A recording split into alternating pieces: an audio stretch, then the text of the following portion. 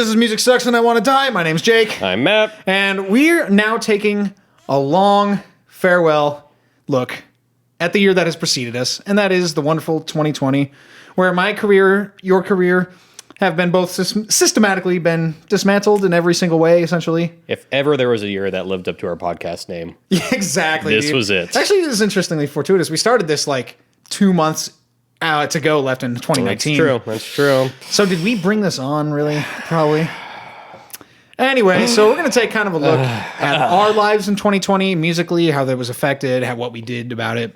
And also we're going to take a look at some albums that came out in 2020. Yes. I think let's start with that. So we are going to look at the most critically acclaimed album of 2020 and the best-selling album of 2020. Gotcha. Which are both pop albums. If you oh my God. No. All right. Get those out. Two albums. Yeah, first, how did we measure this? Do you know? I didn't look it up at all. So, the most critically acclaimed album is Fiona Apple's Fetch the Bolt Cutters, which, according to Metacritic, which goes around and takes all the different reviews and puts them together. It's like the Rotten Tomatoes of everything. It got a 98 out of 100 on Metacritic. Really? Mm-hmm. Damn. We'll talk about that more. Yeah. And the best-selling album is Taylor Swift's Folklore. Yeah, big fucking surprise. Which, according to Billboard, is just by pure numbers. Yeah. Which I do believe now counts like digital and everything. But yeah, of course, yeah. So we're going to talk about those two albums and what that means for the, face of music and in what's 2020 going on and what's going to happen as we move on. And so let's start with Fetch the Bolt Cutters. Sure.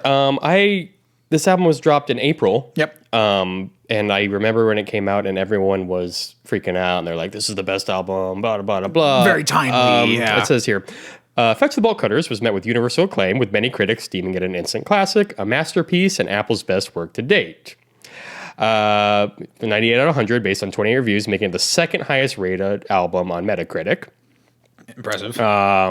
And then the album was also awarded Pitchfork's first perfect score for a new album since Kanye West's My Beautiful Dark Twisted Fantasy in 2010. Interesting. Yes. I believe also the Needle Drop. Yeah. I don't forget his rating system, but he also... It was up there. It was like the perfect or whatever he does. Yeah. It would be a 10 on Scroofies. I want to say, like right out the gate, I totally understand why it's getting such high ratings in general. It's because people are idiots. Well, yeah. I guess first, let's get the first impressions out of the way. I definitely did not hate this album at all. No. I actually kind of liked it in a lot of spots. Mm-hmm. And I thought it was pretty cool overall. I think it was a very solid album. A really good album. Yeah. It reminded me, this is why I want to talk about both at the same time. Mm-hmm. This and the Taylor Swift both reminded me of music I was into in 2015. Totally. Yeah, like 5-6 years ago. Or like, just like in high school and early college and stuff. And to me, I think that's why I didn't maybe have as much of an impact on me, like this album specifically, because I appreciate, so basically this album, I'm sure most people have heard it because we're behind the times, but basically it's pretty experimental. It's pop, but it's very percussive. There's some weird like off-kilter melodies, texturally. Strange tempo changes. Yeah, it's really cool because it's still very much like pop music. Mm-hmm. Very easy to grab onto. But it's not verse, chorus, verse kind of shit. It's all over the place, and like especially I think her vocal performance is really good. Totally.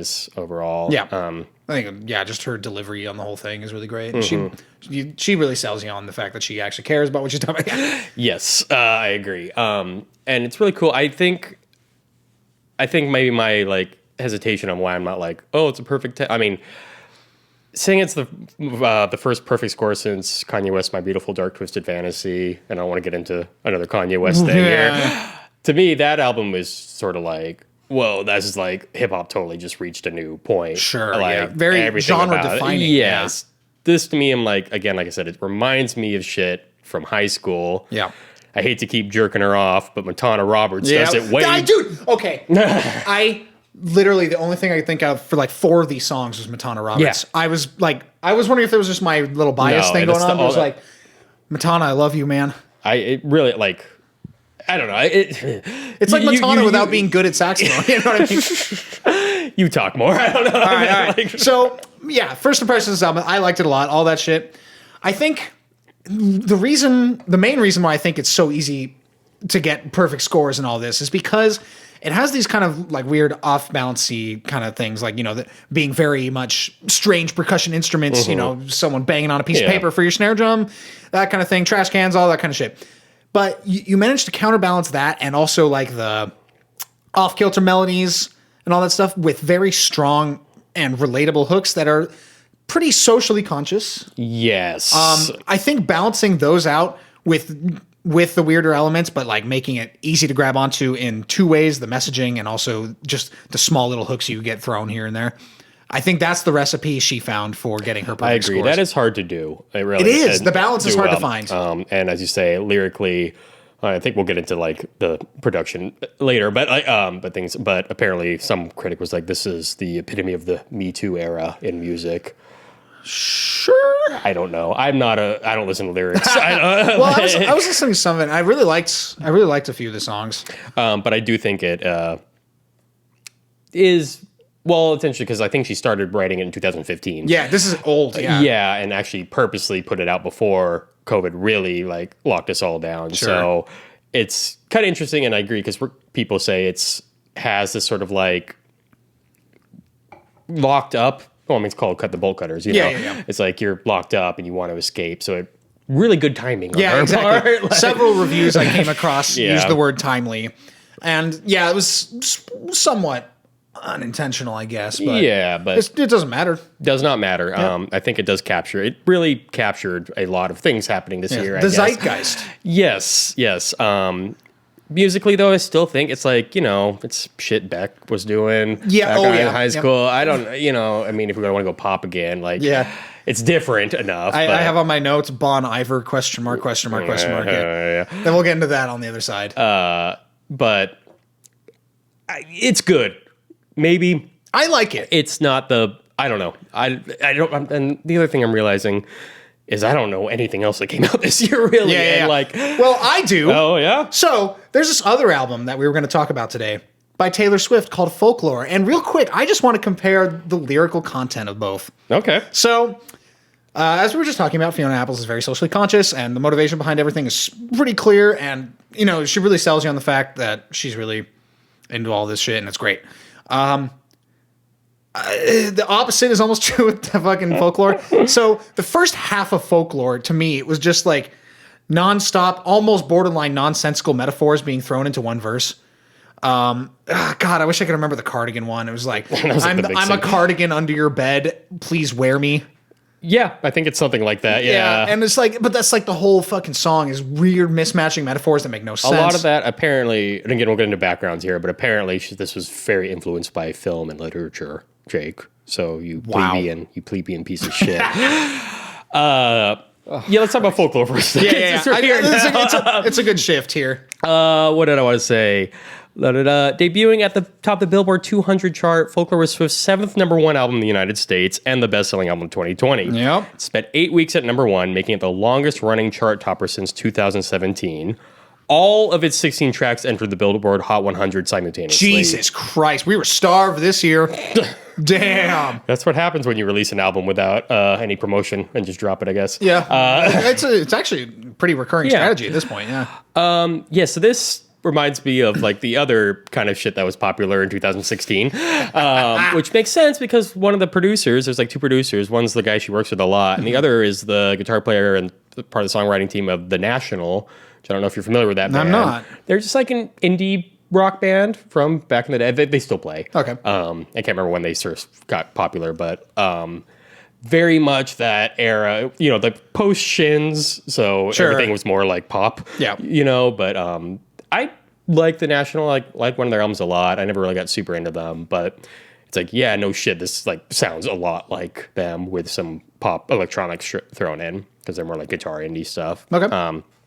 But it's honestly on both of them a little bit, but especially this one is like, I was just having such a drag listening to it, honestly. Yeah. And I know it's supposed to be kind of a drag. It's a ballad album, but it doesn't.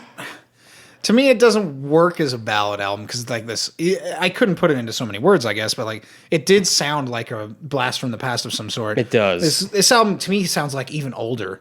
like maybe even like late 2000s, 2007, 8.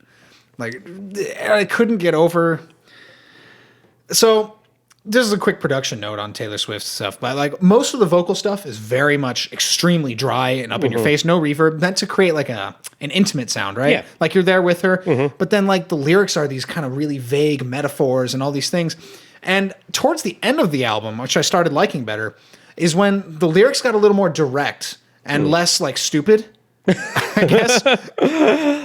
But like the point is like, why are you having like this kind of opposites land with the production being like an intimate thing and all these metaphors not being relatable? I don't think that's so weird. I mean, look at like Bob Dylan.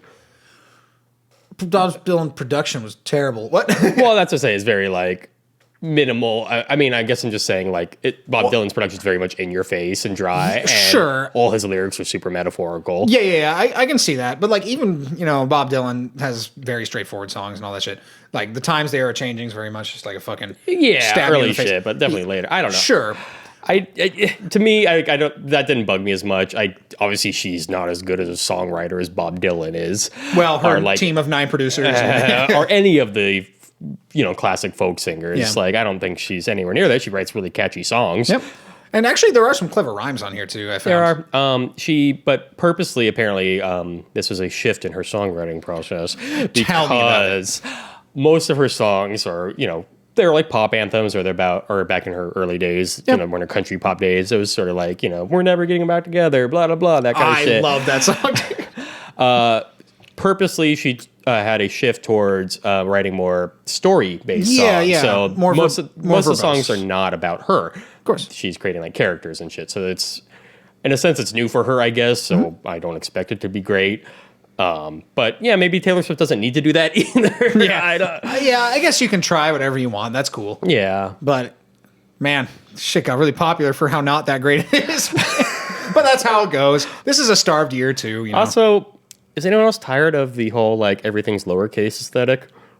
I don't know if you noticed that on Spotify. I noticed it. But, I noticed it instantly, dude. Everything lowercase. Yeah. It's more indie. It's more. Well, no, it's also more intimate. Yeah, is because it's like someone like you. Oh, do you use caps when you are on Messenger, bro? No, man. And the cover, it's like she's in the forest. Exactly. And it's like all grayscale. And foggy. I was trying to make like a connection between the term folklore, besides the obvious track that's in there, and like the themes of the album. I guess I couldn't find it really. No, I think it's more... there are like tales of different people. I guess. Yeah.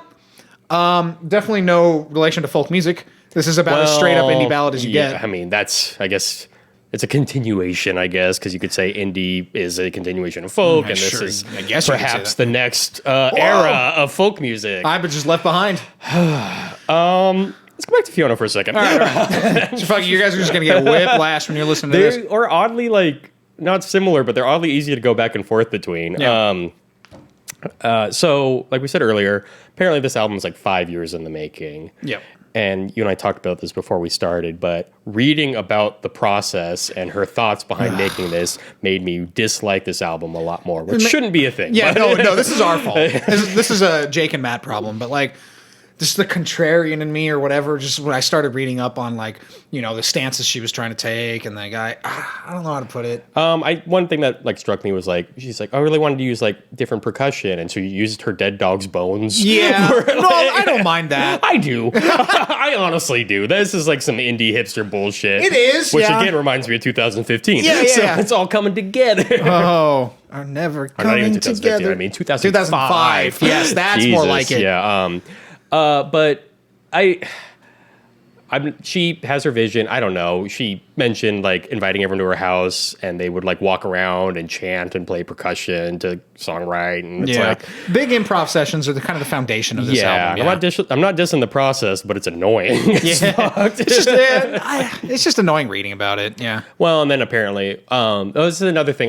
It's kind of interesting that, so. This album was made pre-COVID. Yeah. Folklore was made during COVID. The production, so both have sort of interesting production stories behind them. This one obviously took a long time.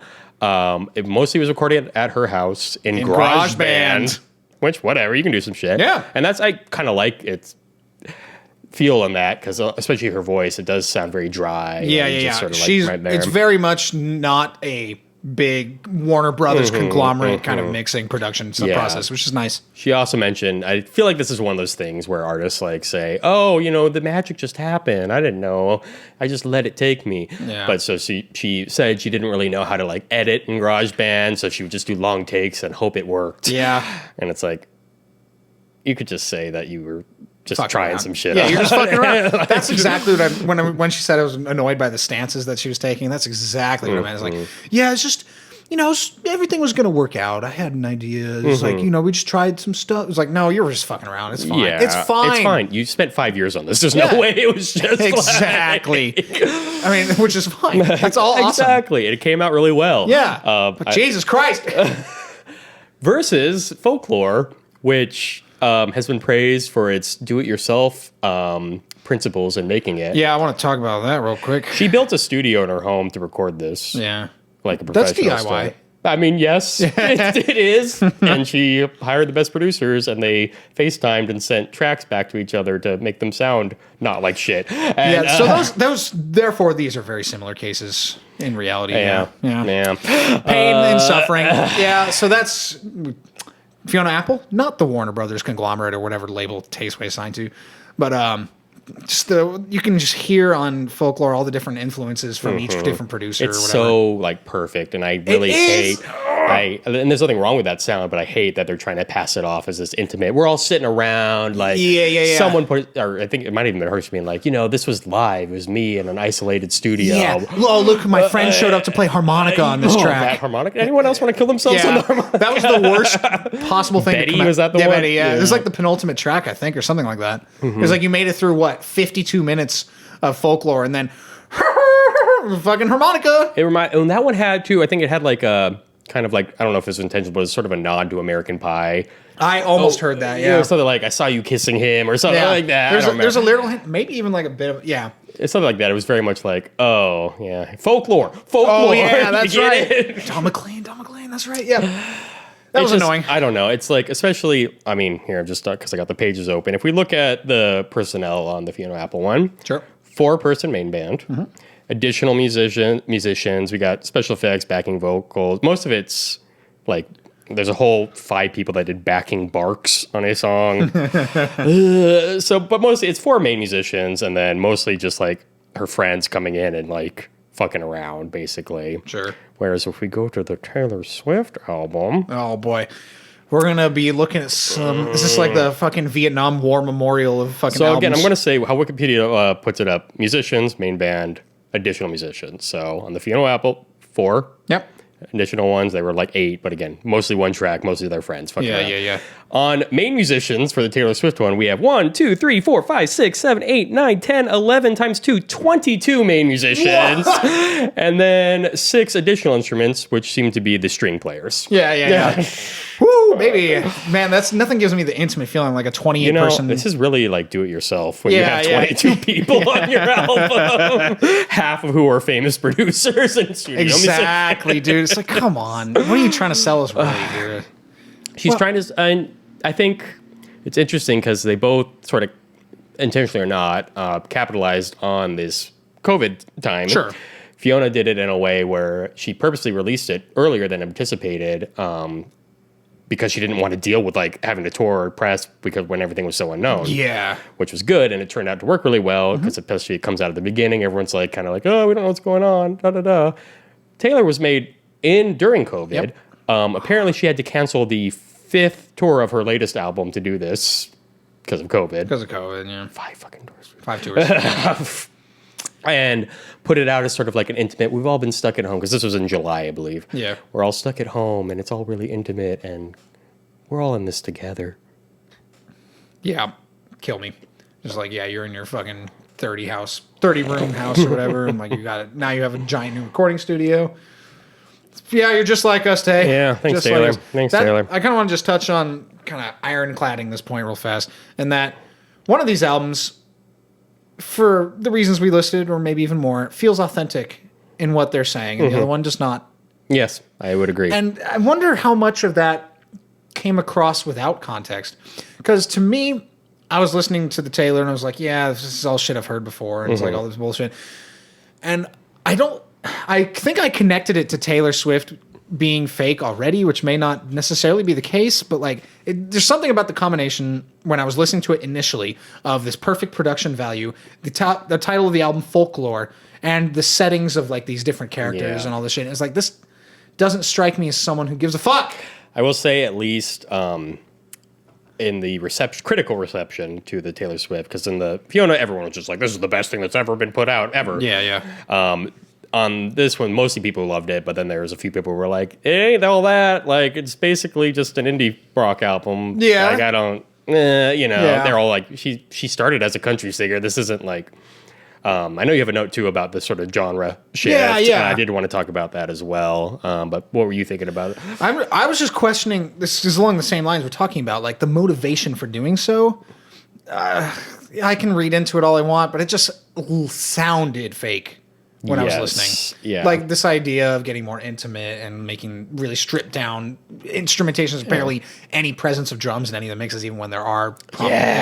So just things like that show me that, she's trying to make this more down home, but then like the other things start creeping in. Like she clearly had everything. Every song sounds different, like in terms of there's no one sound this album has. It's really going for that whole, like, this is an album, this is an experience, but it falls flat, It does. I think. It doesn't make it because it's just too varied, and it doesn't have one unified, cohesive sound to it. Like, in the Fiona Apple one, like, every song has a lot of different sounds, but it still sounds cohesive as an album. Totally, yeah. This not so much at all.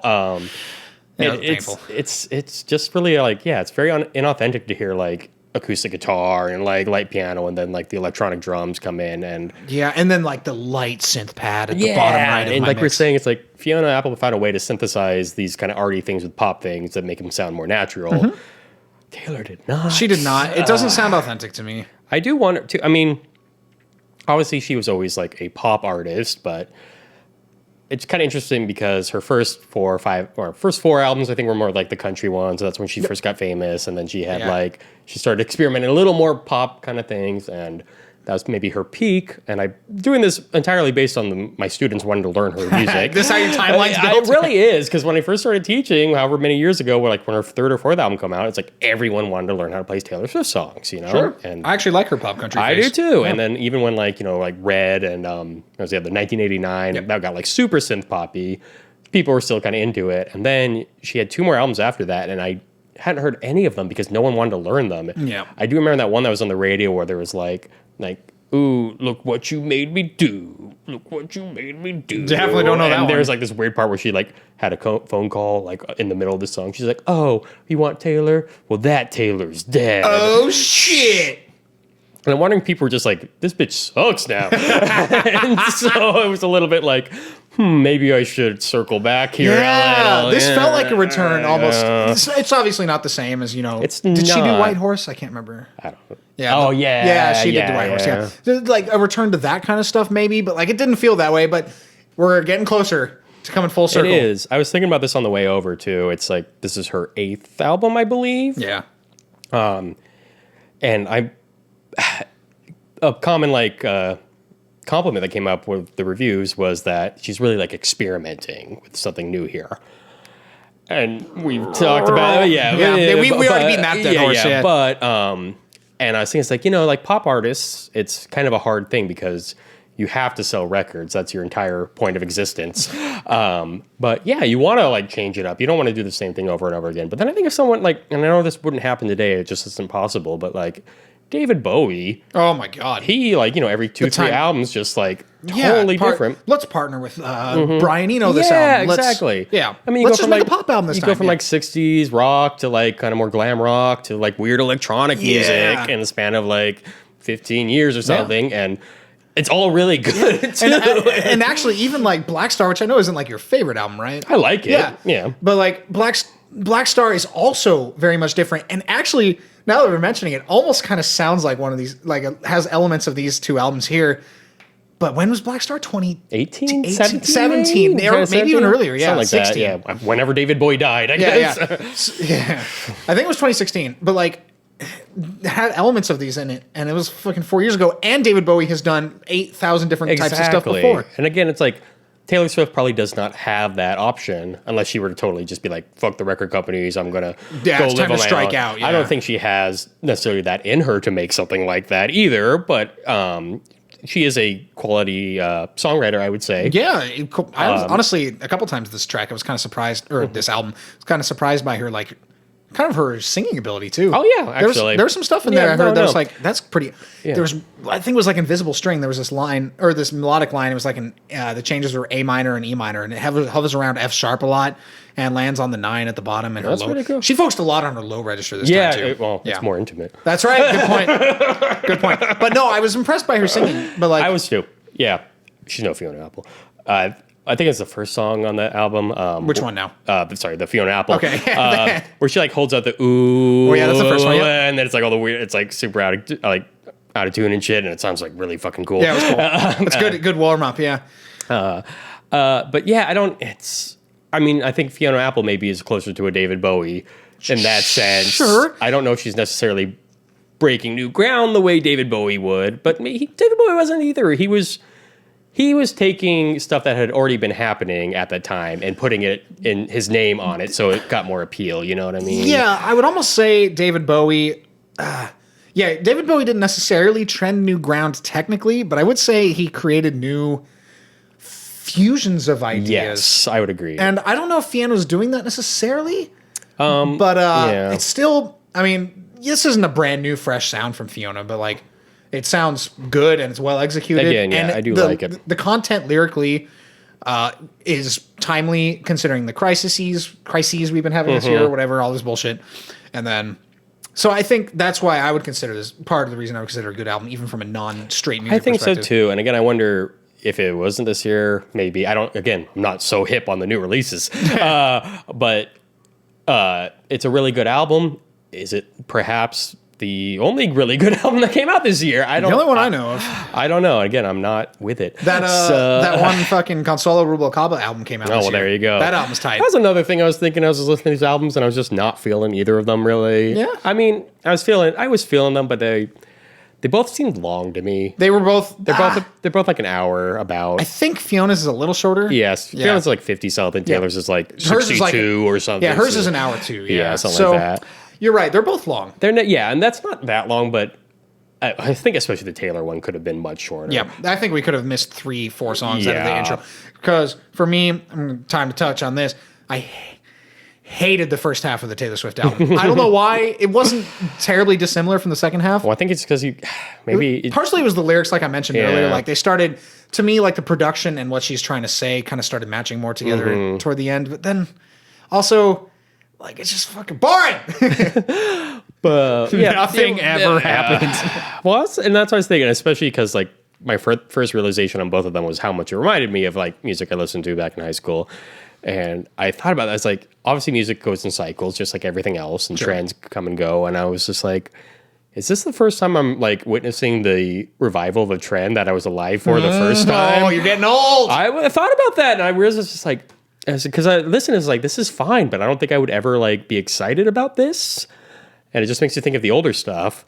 And I was like, man, like obviously we don't talk about pop music much, or modern pop music much. Yeah. But it really just kind of settled on. I was like, man, this is just not for me at this point. Like I'm, it's like obviously people our age are still listening to this and still really liking it, but people our age are still reading Harry Potter. I feel bad critiquing it in a sense because I'm just like, you know what? There's literally like, there's nothing really in here for me. True. You're not the target audience. I'm not the target audience, and that's okay. Like, that's fine. But we're here to make kind of slightly different art. We're trying to. We are, and that's why I do this. But like, I don't know. Just listening to it, I was just like, man, it's kind of a drag that I have to listen to this album right now. You know you spouted 3 gray hairs just listening to it, man. I don't know. It just was just very like unexciting. Just like this isn't really. Especially with Taylor, I was just like, this is really not giving me anything. Sure, I agree with that. I don't think I had necessarily a mortality crisis during my listen. But I did have to fight to get through Taylor and also Fionna to a lesser extent. Because there were songs on the Fionna Apples I was genuinely excited about for moments in time. Yeah. But even when it got to the next track and like some Rain Dogs, Tom Waits percussion started playing. It is very Tom Waits, isn't Yeah, it? the very strange auxiliary percussion, and like Tom Waits used all like ethnic percussion, for lack of a better word. Sorry, everyone, but used percussion from various parts of the world. Didn't use dog bones or trash. Tom Waits probably used human bones. He's that much of a bad. that's a good fucking point. So I was very much reminded of a Rain Dogs. That's interesting. Yeah, anything like that. To listen to this, but like. After listening to an awesome song that I loved a lot, my favorite song on the whole album was Relay. That one, yeah. It's killer. Yeah, that one's great. Love that song. But as soon as it was over and the next song started, like, I'm like, oh boy, here we go again, dude. Here we go. Here we go. I feel like Taylor could have been a lot shorter. I feel like Fionna, maybe like one or two tracks shorter. One track less, maybe two, I guess. Sorry. I did find the choice of single very interesting. Because the single was far my least favorite track on the entire album. What was that one? Shamika. I kind of like that one. You liked it? She said she has potential, yeah. I hated it. Really? I don't know why. I might have to listen to it again, because I only did one listen to Fionna. I don't know if I liked it, but that one stuck with me more than some of the others, for sure. Well, that's the one that wanted to make me bring up the point that this album is, at its core, like a balancing act between these weird percussion instruments, off-kilter melodies, Fiona's strange obsession with mixing duple and triple meters, which is cool. Yeah. Not hating. It's just like a balancing act of all these weirder elements and also trying to sell you on this one hook, which works in creative ways, like on Shamika, where the hook is literally that sentence, right? And it's her not singing, it's talking. Yeah. And that's the whole hook, and that's awesome. Yeah. I hated it. I don't know why. I get it. I don't know what I understand the criticism. I don't know. It did. I don't know if it was necessarily the vocal performance. It's something about it, though, kind of just... You liked it? I don't know why. Maybe because it's the second track. So you have the first one, which I liked a lot, too. I love the first track, yeah. And kind of went a little wild. So you're like, oh, this is crazy. And then you sort of like track 2 kind of maybe goes back to Anatomy of an Album. Where it did something different. It brought it down a little, and it went sort of a different direction, but not too far out. So I guess it kept my interest is why I liked it. Maybe on repeated listens, maybe not as much. I don't know. But that was just kind of my thing. Oh, one of my other favorite hooks in the world in this album. We have a 6/8 meter, right? And the hemiola, because Fiona Apple loves doing that, the 2/3 thing. Ladies, ladies, ladies, ladies, ladies, ladies. That was like one of my favorite parts of the whole album. That was really cool, and I hated that song. Oh, too. shit! Oh, my God. Really did not like love that song. Ladies, ladies. That was cool, though. That was really cool. I know, I like that song. Speaking of weird things that stood out, I'm not used to Taylor Swift saying fuck. Did she say fuck your mouth at some point? I wasn't sure if I heard that wrong. No, I think you heard that wrong. I'm trying to remember what the line was, but I know what you're talking about. I might have to look it up because I swear she said so. Like maybe I no, she said fuck your something.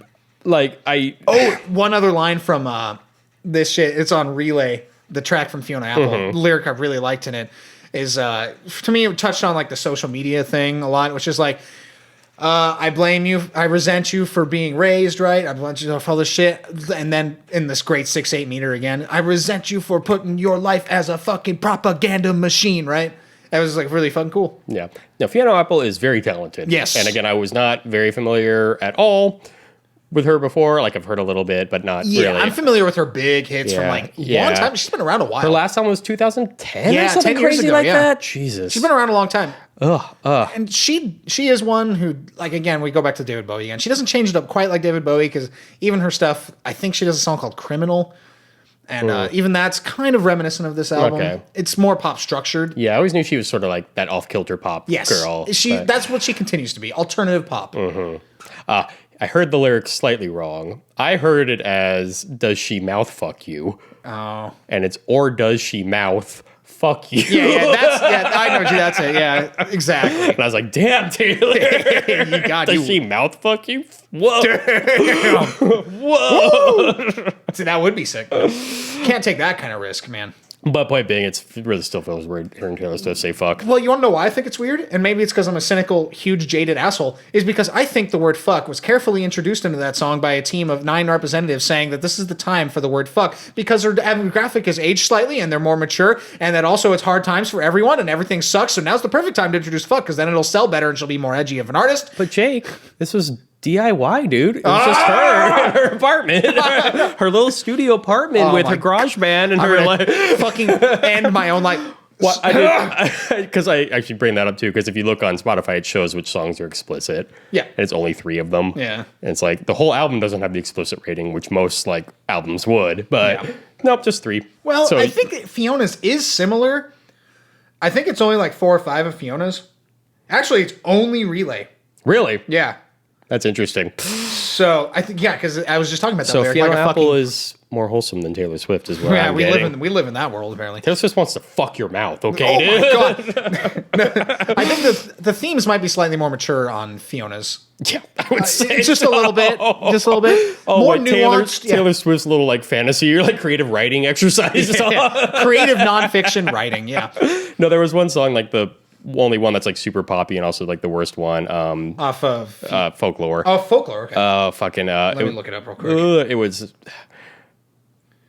Oh my god! Just the last great American Dynasty.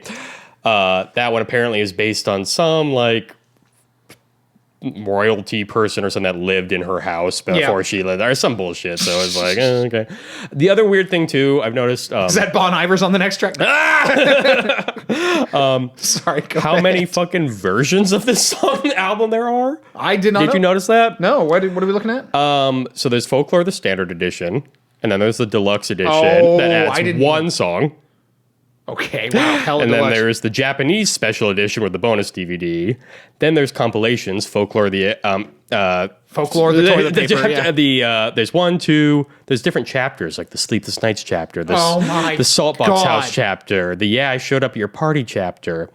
Oh fuck, that's Betty, right? Yes. Oh god, I fucking hate that song. No, dude. there's like 7 different versions of this album, and then like you can get like the deluxe vinyl and the deluxe CD and blah blah blah and all that shit. Well, not to add extra context, but like there's just proof that this is a fucking thought out piece of not propaganda, but like just something made to appeal to as many people as possible. Well, and the other thing too, and I don't know if this is the case because I heard this actually on the way over about something unrelated.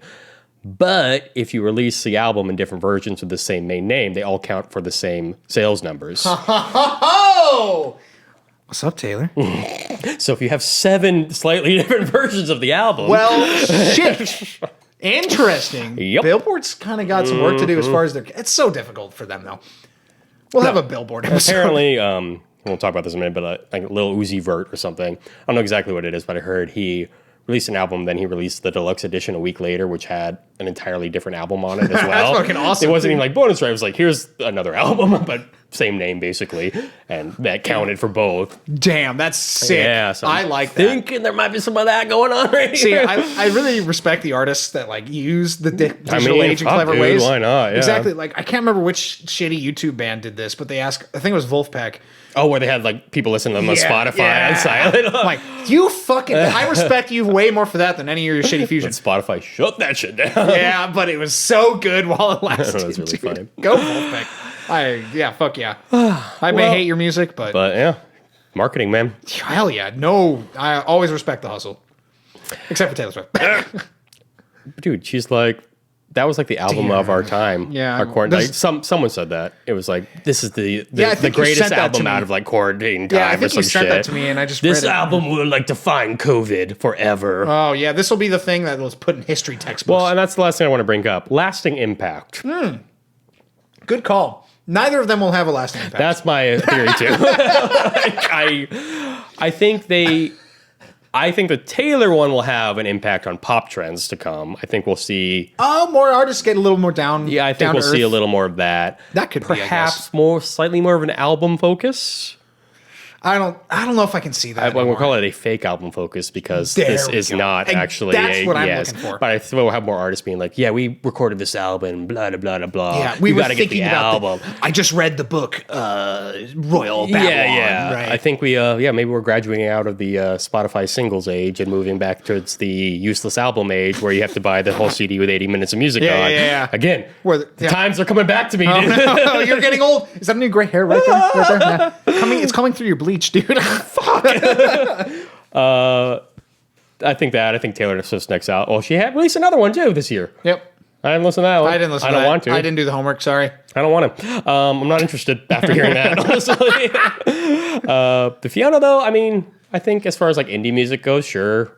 But again, I really feel like anyone, at least us old folks like me over here, I'm sort of like, yeah, it's good shit that's been done before. Yeah, I agree. I haven't heard it in a while, to be fair. I have I- not heard it in a long time, but I do think it was slightly different than a lot of the albums I'm thinking of from back then, where the hooks may be a little less obvious, I guess. yes. Like, Jamaica said I had potential or whatever. That's literally one sentence by someone talking repeated, and that's cool. Yeah. But yeah, it's not really enough to distinguish it in that I sense. think you're right. I mean, like if I compare like Sea Change by Beck or something like that. I was so hoping you were going to bring up Sea Change. I love comparing this album to Sea Change. Actually, both of them. Yeah, actually, compare both? it kind of is Oh, a synthesis shit. between the two. Weird. I think something that Fionna does that Beck doesn't do much. Oh, granted, I haven't listened to Beck's recent shit in who knows how long. Yeah. But Since it's not been recent. yes, but Beck obviously has all these like weird sound effects and kind of off kilter, like Yeah. the Usually things, a little but- more grounded, yeah. But yeah, generally speaking, he's writing verse, chorus, verse, standard chord changes. Sure. It's more textural, weird shit coming in and out of that foundation. Fiona's not really doing that. Right. These songs really do change from one section to another, like Totally. completely Yeah, almost. yeah. Like Relay, for instance, completely drops the hammer of, and it's a completely different groove. It's and really everything. cool. Yeah, yeah. Everything's cool. So yeah, I will give her that. Like that is different than I think of what happened in the past a lot. But yeah, overall, I liked it. Taylor, no. Yeah. I didn't have. There were two songs I liked on the Taylor. I can't remember the other one, but I liked. I think it was Invisible String, the one with the melody. That's A minor and E minor. The hook was really nice, going F sharp and really cool. Kind of arpeggiation down into her lower register. Very nice.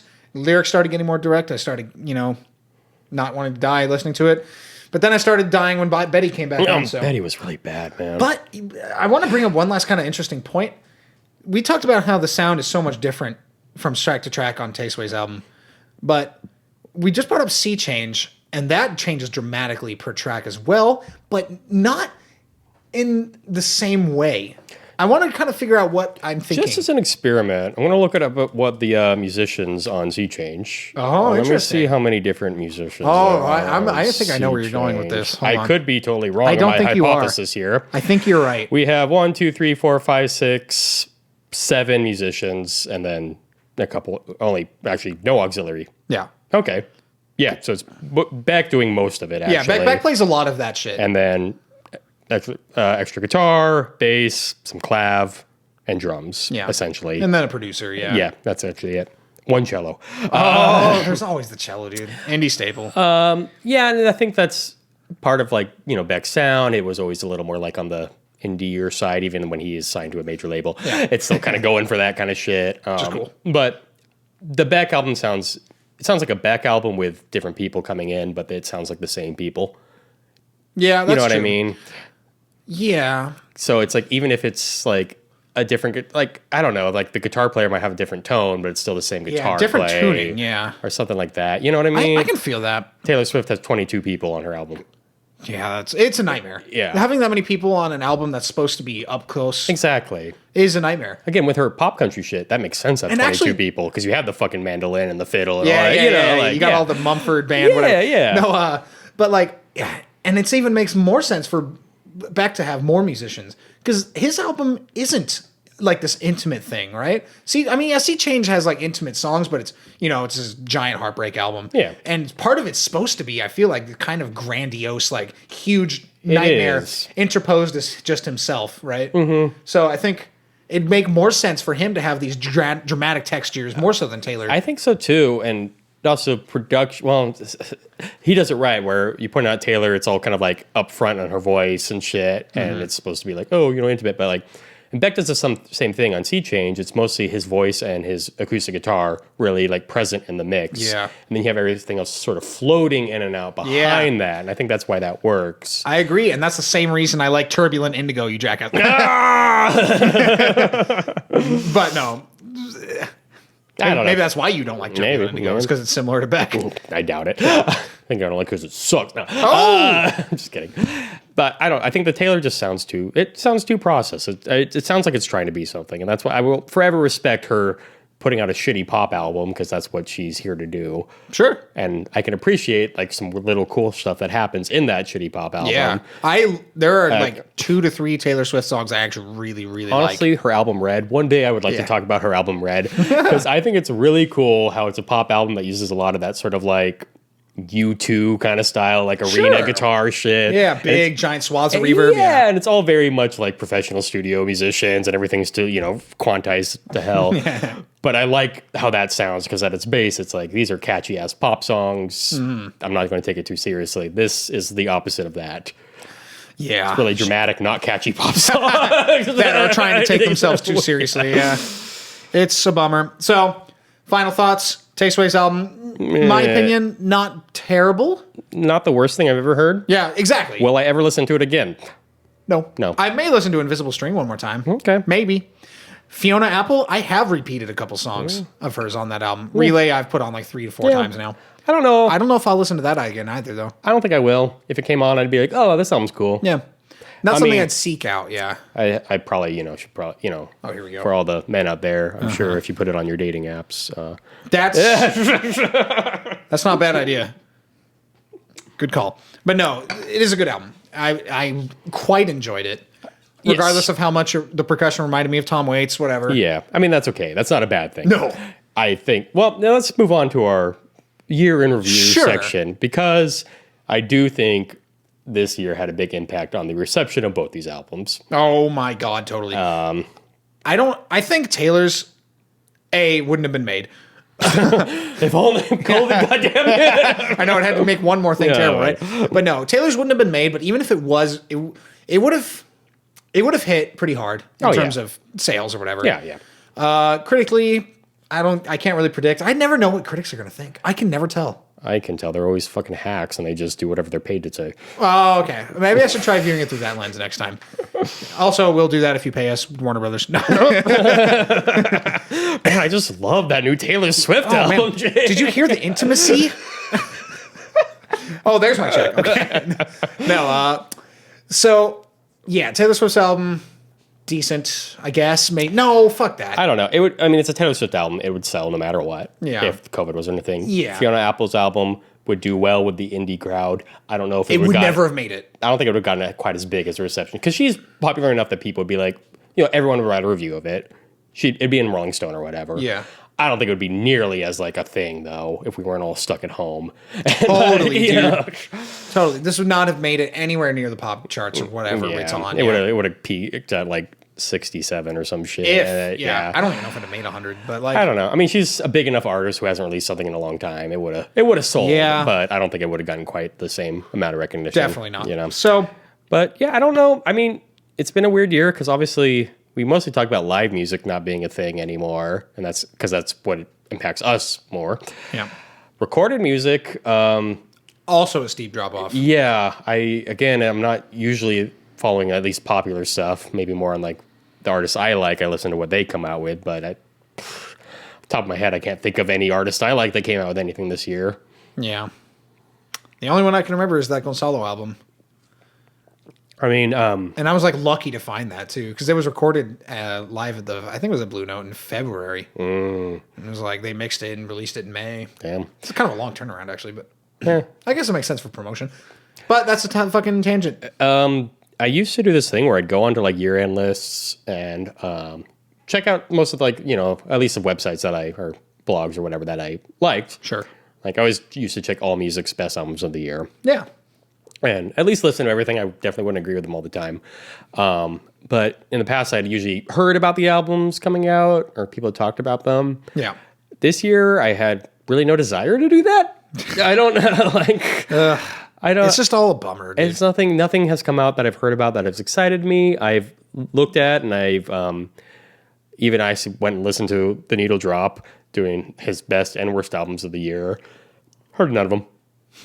Like literally none of them. None of them, yeah. It's harder to seek stuff out.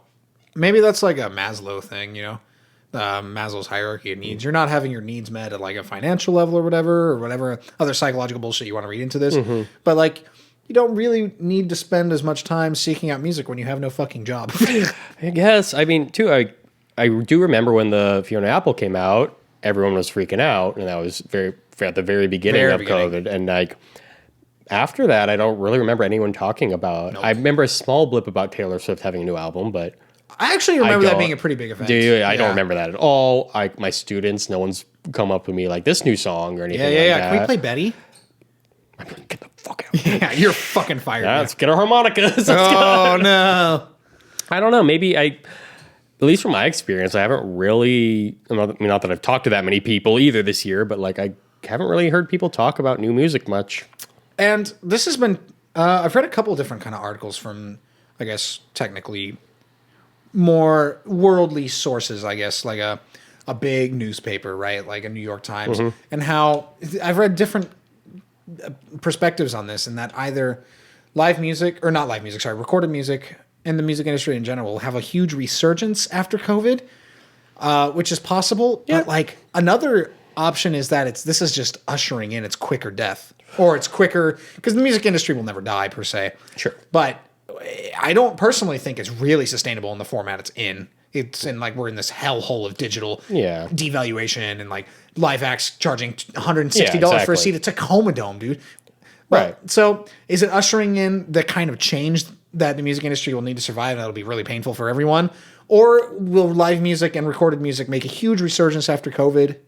I mean, I got to think locally, it's like, I'm sure it's unfortunate because, people are so like, oh my God, when things are over, I'm going to do this. I'm going to like spend every night outside. Yeah, that's all I see on my Facebook. I know. Oh yeah. Which obviously is not 2 true. weeks, you're going to be back to ditching out of my show. Come on. Well, but I mean, that's the thing. So I think people will want to go out more, at least initially.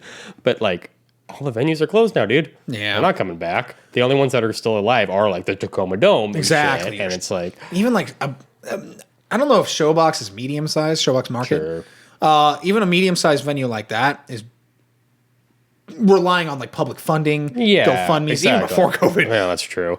But I mean, like that's more of a Seattle thing, I think. Anyway, but I don't know if that's true. I feel like venues close in LA and New York. Well, I just mean like Seattle. Our Showbox having a problem because of where it's located. Oh hell and, like, yeah! Good call. But anyway, but yeah, well, I wonder, like you were just saying, if it's COVID ends and all the venues are closed except for Key Arena, and what does that mean? Well, it means the artists can tour and they can be like, oh, it was $100, now it's $200 because you all really want to come out to my show so bad because you want something to do, and there's no other option.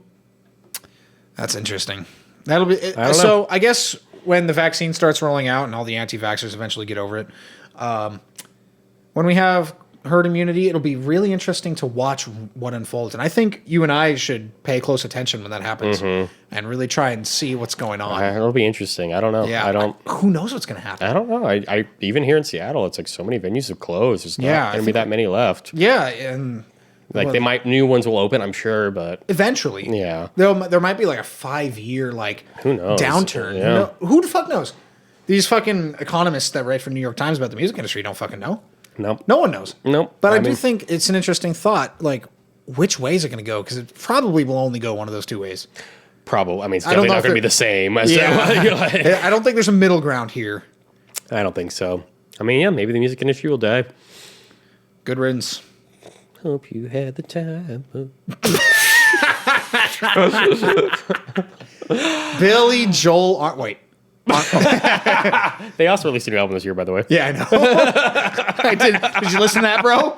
No, but apparently they came out and marketed it as like, no Swedish songwriters, no computers. I kind of like that. Fuck it. It's like, God. But you know they had 4 producers, so I don't understand. Shut up, Green Day. Just end already. I do like this Billy Joel Armstrong thing. I'm going to start saying that just to piss people off. Just be your cover band, Billy Joel and Green Day songs. Oh, wait. No, cover like fucking 21 Guns in the style of Billy Joel. 21 guns. You do like American Piano Idiot. Don't want to be a piano idiot. I want to have sex with women. Piano players don't do that. Oh my God. Yeah, but honestly, this year, I mean, we've bitched about it enough. Musically speaking, I don't got much to say about this year. It sucked. Yeah, I have, I guess, a positive note. Oh, great. Our rants have been much fewer and far between. It's true. I said far, but we're not going to talk about that.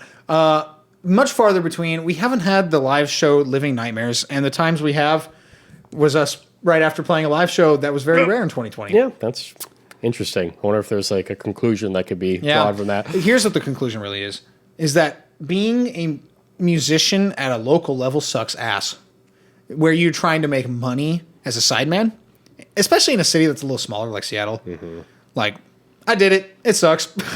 I'm looking to not do it. Yep. But in a positive note, no stories about car crashes in the middle of fucking nowhere. No U-Haul breaking down in Montana. There's no fucking guy says he books us a hotel room for each of us and we all have to sleep in the same room. Shit like that. That's good. Yeah. That's good. Yeah, no fucking cat hairs on cat pee on the bed that this guy put out for me in Youngstown, Ohio. Shit like that. I'm hoping to go back to what will music be like as we move forward.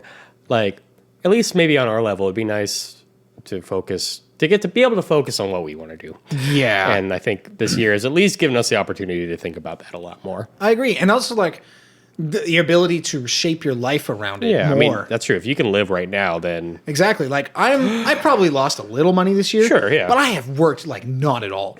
I think between my church job and I accompany ballet and then teach 1.5 hours a week of lessons, I think that's, like, 11, 12 hours a week of work. And I'm, like, breaking even-ish. Yeah, that's the thing. If this is your base, if this is, like, break-even point... Well, that gives you a lot of freedom to fill the rest of your time with stuff you would rather do or not do, but if you need money, you can. Like Exactly. Yeah. And then there's a big notion of, your parents want you to save and then buy a house and then have 2 kids and all that kind of shit.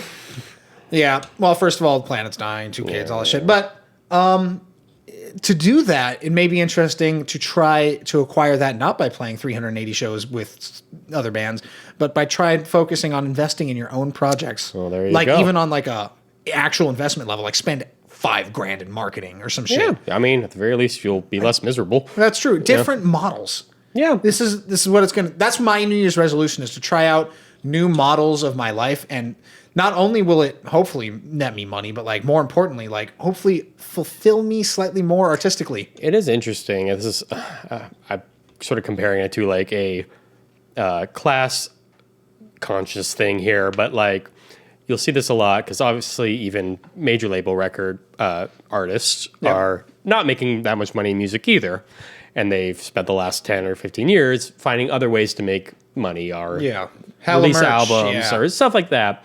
And in a sense, sort of like that information is trickling down to our local level. Sure. But the rules don't apply the same way to us. It's like, cool, Radiohead released their album this way and it worked really well. Well, they have, 20 years of a major label behind them. Exactly.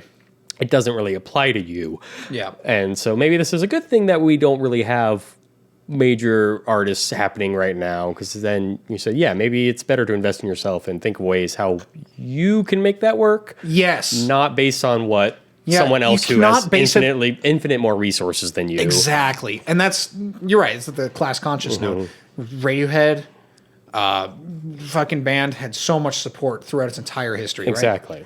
Right? We don't have that. Yeah. And, we could try and get it, I guess, but like, the thing is, a lot of those bands are legacy. Well, that's the thing. If they did nothing different if they dropped a new album and did nothing besides put it in a record store and do a standard like ad campaign, they wouldn't make nearly as much as they used to, but it'd still be more than any record you and I would ever make. But in a thought experiment, bear with me. Radiohead is a band now, in the UK, right? Yeah. They're like they start out in the UK. They're trying to come up as a grassroots band. Or I don't remember how they started out on a label, actually. I mean, their debut was, I don't know how they got started. How they got to that, So, like, what... that was pre-indie records. Yeah. What's like their path now? Probably more similar to what we're going to try and do now. Yeah, I mean, you have to invest in yourself now. You can't send demo tapes to labels anymore. You can't. No, Radiohead, I mean, even if you could play shows... Radiohead's only option would be go online, put all their shit online. That's right. Spend a lot of their own money to record an album that 5 people will listen to. That's right. Put it all on Spotify where it's devalued. No one will ever buy the record ever again. Exactly. And people love that band. That's some of people's favorite bands, and they wouldn't exist today. No. They would just stay in their fucking little city and never get out of that. Well, what's a band that exists today then? Well, let's talk about, we mentioned them earlier, but like a band like Wolfpack, maybe? Sure. Yeah. I mean, I don't know how they got started. I don't really know anything about them. They were started on YouTube. Well, there you go. Yeah. So they created, again, I will always respect Wolfpack for their hustle. They created their own place digitally in the marketplace. And they're, fairly virtuosic, but more importantly, their videos are very high quality. Sure. And they invested in their material. Well, there you go then, huh? So That's true, because you can be like, oh, well, Wolfpack did this. Like, they just made a video of them in the studio having fun jamming out. bullshit. They have 8 camera setups, Exactly. dude. They spent probably 40 hours editing one video. Exactly, and that's what I'm saying. That's the mindset. So some assholes like you and me be like, oh, they did that. Yeah. Well, we got an iPhone. Let's we got shoot my it, friend's yeah. garage. Hell yeah. Yeah, It's funny because we've literally done that. Exactly. We put it online and no one gives a shit and no one ever will and they shouldn't. I agree. So I guess that's kind of my takeaway and your takeaway seemingly from 2020 is I think it is. Yeah, just focus on you. focus man. on you and Be the best you. that's right. Put out the best art you can produce. And I'm seeing this post kind of float around on Facebook, and it's all in annoying Facebook motivational font pictures, bullshit. I hated everything. But apparently the director / producer or whatever from Queen's Gambit, the hit Netflix show, I just have felt the need to explain that. He apparently, after the book came out some 25 years ago, shopped this around to producers and stations and TVs and all this shit for like 20 years, and finally found a home in digital media now. Yeah. So all this time he kept with it and tried to keep investing in himself. And I mean, that is, that's the thing they say, and like, I don't know how true it is, but it seems true that if you have a good enough idea or product or whatever, it'll somehow, and it could happen after you're dead. It could. That's how it used to be, man. I think, I mean, it is like, it's like a 1% of all the music made in the world. Like, how much of it is truly great? Out of all the music that's popular in the world, how much of it is great? Yeah, I mean that too. But just like the ones that actually get to that level, it's very small percentage, like.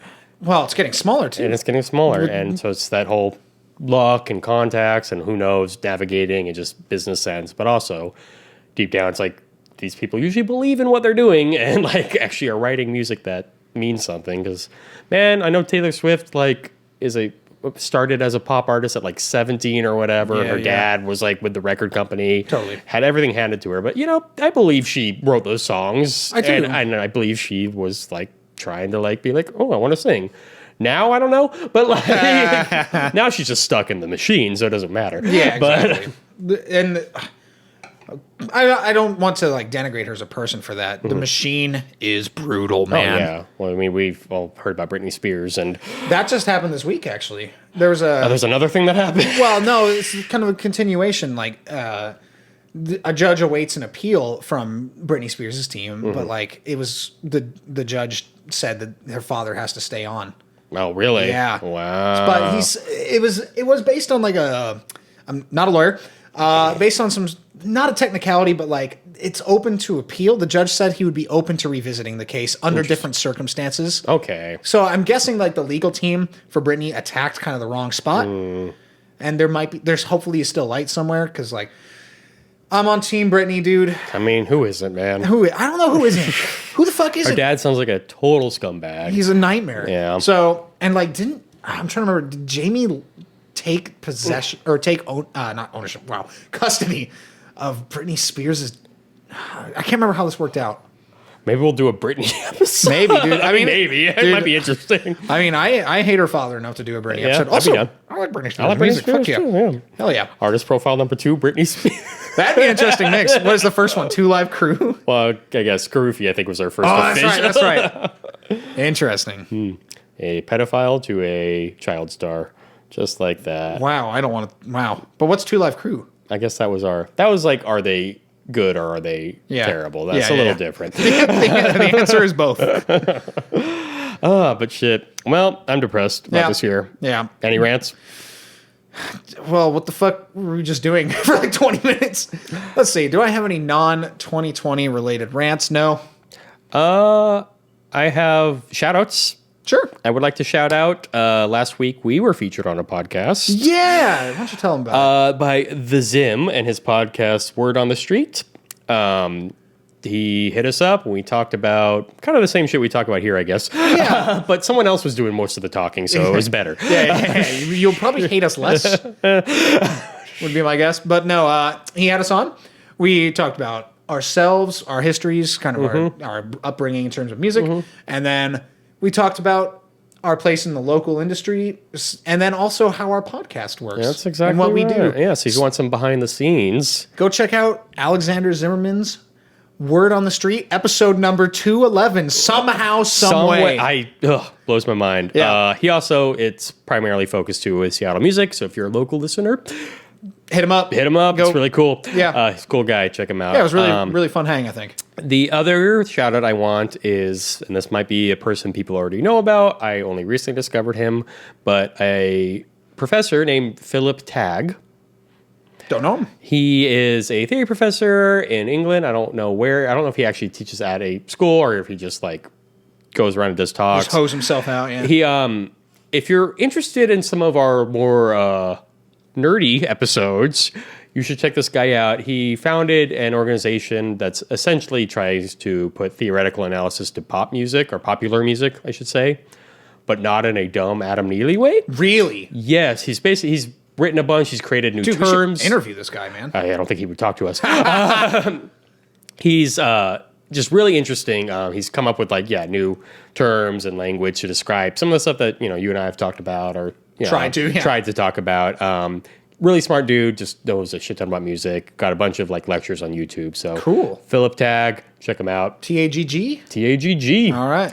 He's also a boomer, so some of his lectures, he doesn't know how to work his computer. And it's kind of endearing. I don't know. Okay. He's cool. Check out Philip Tagg. All right, tight. I like it. I'm definitely going to check him out. I've been starving for actual theory content on YouTube. Yeah. I haven't delved too deep in him, but he seems to be trying to not stupid. The video I've been watching, we did the whole Adam Neely response video. He straight off the bat goes, Euroclassical refers to this.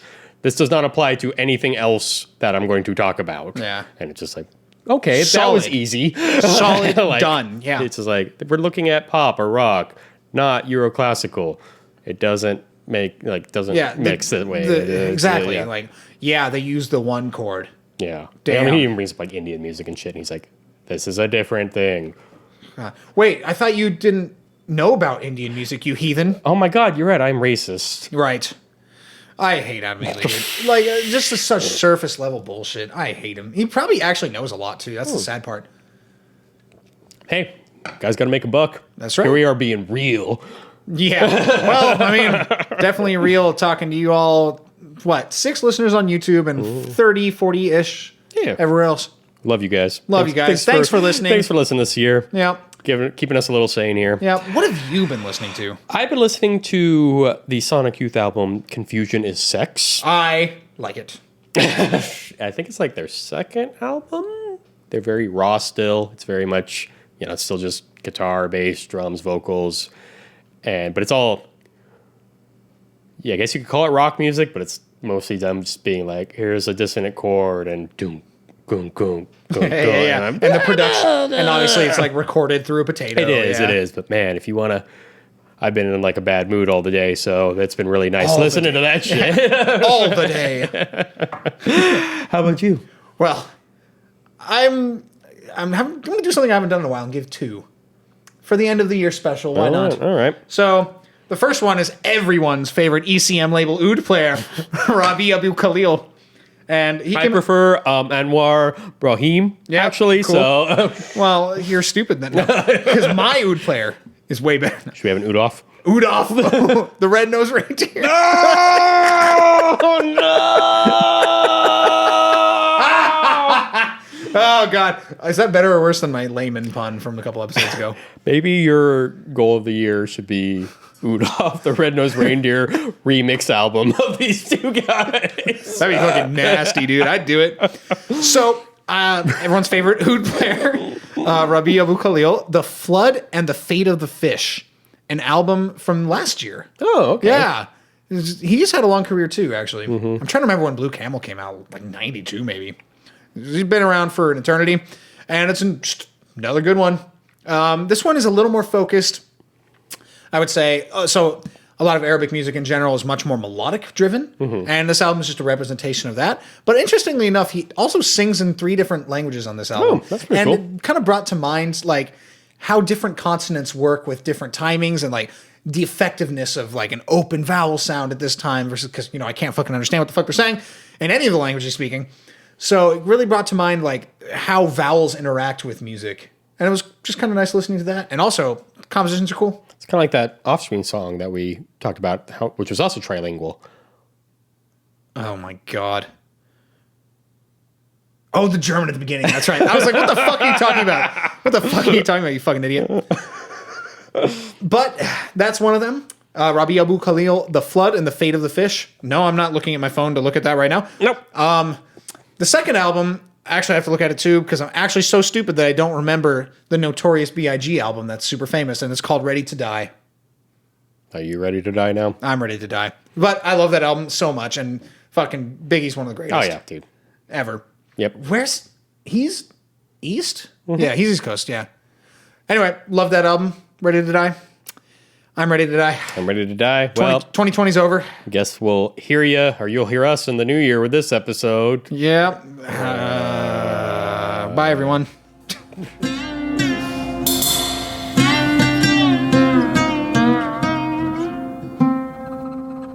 Bim batum bim la bim batum bay la bim batum la tum bay